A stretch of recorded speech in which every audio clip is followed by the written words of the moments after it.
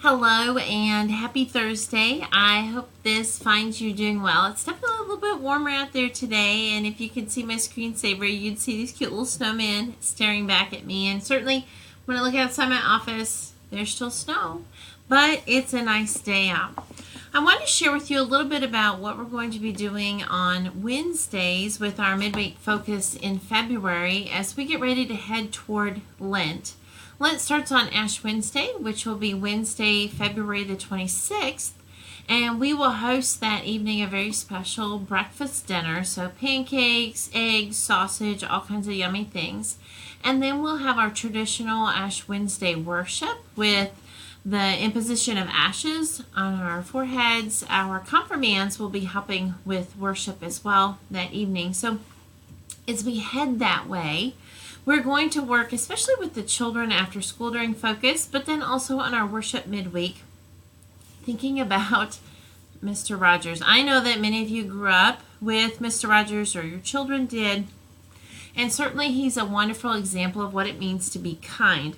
I told somebody recently what we were going to be doing in the next month, and they said, "Isn't it a shame that we need a message about kindness as a reminder to be kind?" And I said, well, maybe it's not so much that we need a reminder, but we need a refresher. And Lent is like that for us each year. It's a time where we refresh our souls as we walk that journey of love. I call it the Lenten love journey between Ash Wednesday and Easter. Now, as Christians, we know how the story ends. And so certainly it's a time where we refresh our hearts. We refresh and renew our love for Jesus and the great sacrifice that he made for us at Easter. So as we venture toward Lent, it's a good reminder to refresh our hearts about kindness. Now, you might be able to hear the clock in the background. This was a special clock given to me by a special friend, and it's a reminder each day of her kindness, of her love for others. So every time I hear it play on the hour, I'm reminded to remember kind people. So what I want to share with you today, I bought this beautiful book for church called A Beautiful Day in the Neighborhood, and it's a series of poems by Mr. Rogers. Most of these were songs. Some of them were shared as true poetry on his show, but they bear reminding today. Now I'm going to show you the pictures because, you know, kids always want to see the pictures. Look at these cute little lightning bugs. And I've always loved lightning bugs. I love how God made them a light to the world, especially at night. This poem is called I Love to Shine. I love to shine, I love to shine. I love to let what's in me shine outside. I love to shine, I love to shine. I love to let what's in me shine outside. The world needs all the light that we can muster, each moon and star and comet in the sky. We add to all the world our special luster. So shine on, friends, and never question why. We love to shine, we love to shine. We love to let what's in us shine outside. We love to let what's in us shine outside.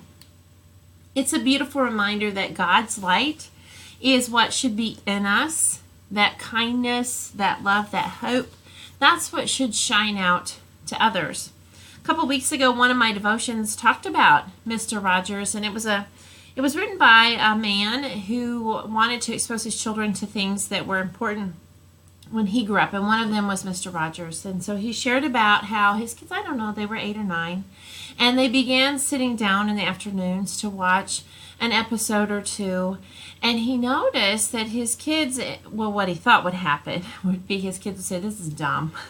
This is a dumb show. What in the world? There's puppets, there's make-believe, there's this man who wears the same sweater every single day." That is not what he found out. After several days, his kids would come home after school and he'd say, "Can we watch your friend?" And he'd say, "My friend?" And he'd say, "Yes, your friend, that man, Mr. Rogers. Can we watch your friend?" And so they would watch. And what he said is at some point he thought to ask his children why they liked to watch Mr. Rogers. This part intrigued me because I would have thought to ask my children why they liked Mr. Rogers so much. But what his children said was they understood that Mr. Rogers genuinely liked children, genuinely loved kids. And so he came across as being authentic and genuine. And so even though they were watching some of the older episodes, they could connect with this man, their friend, their dad's friend, Mr. Rogers, and they could see his kindness. And that's part of what we want to shine during the Lenten season, and that's part of where we're headed, that we will begin to think about how we let God's love shine in each of us during the Lenten season. So I thought I'd close today with a prayer. This is a beautiful prayer book given to me by one of our treasured church friends, and it was her husband's prayer book. And so on page 99, there is a prayer called A Fresh Start. Let us pray. Most merciful Lord, turn my lukewarmness into a fervent love of you. Most gentle Lord, my prayer tends towards this, that by remembering and meditating on the good things you have done, I may be enkindled with your love.